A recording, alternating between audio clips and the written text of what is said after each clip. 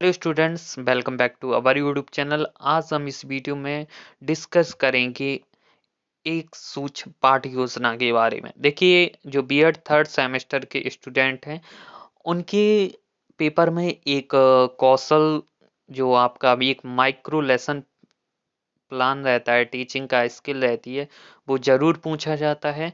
तो आप किसी एक कौशल के ऊपर, तो यहाँ पर हम व्याख्या कौशल के ऊपर एक आपका माइक्रो लेक्शन प्लान बता रहे हैं, ठीक है ना। किस तरीके से आपको क्रिएट करना है और एग्जाम में पूछा जाता है। और अभी मैंने पहले भी बताया था और ये पेपर में पूछा भी गया था, ठीक है। तो आने वाले स्टूडेंट किस तरीके से इसको क्रिएट करेंगे, तो आप इस वीडियो में पूरा देखेंगे। तो प्लीज़ वीडियो को लाइक कर दीजिएगा, चैनल को आप सब्सक्राइब जरूर कर दीजिएगा। तो देखिए, सबसे पहले आपको लिखना है विषय, कक्षा, समय, प्रकरण। तो विषय आपका इकोनॉमिक्स से अर्थशास्त्र, कक्षा 9th में इसकी डिस्कस चल रही है। और समय आपका 8 मिनट का है, क्योंकि सूक्ष्म रहता है, कम समय में इसको पूर्ण करना होता है। और प्रकरण आपका है मांग का नियम।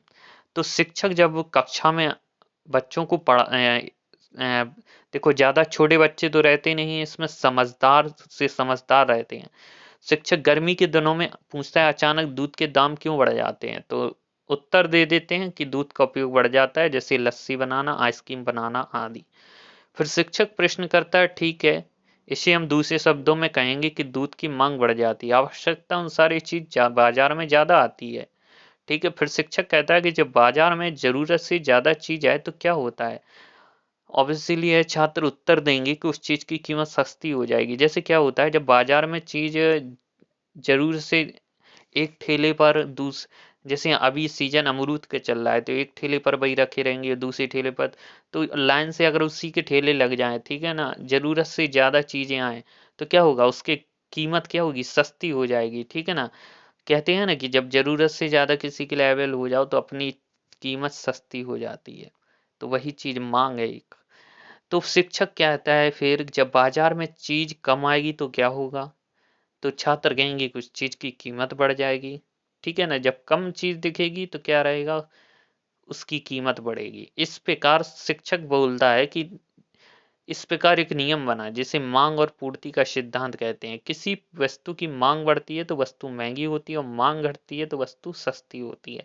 जैसे यहाँ पर चार्ट में दिखाया गया कि जो संतरे हैं वो एक प्रति किलो, जब संतरे की प्राइस 6 रुपए किलो थी, तब लोग 2 किलो संतरे खरीद रहे थे एक साथ। जब 5 किलो हुई तो 3 किलो संतरे खरीदे।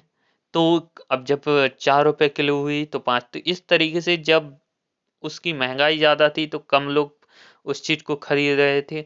और जैसे जैसे उसकी महंगाई दर कम हुई तो वैसे वैसे उसके ग्राहक, यानी हम लोग उस चीज को ज्यादा खरीदने लगे। तो प्रयुक्त में हम देखते हैं कि जब 6 किलो थी तब उसको 2 किलो खरीदने को तैयार थे, मांग घटी वैसे वैसे ज्यादा खरीदने को तैयार हुए।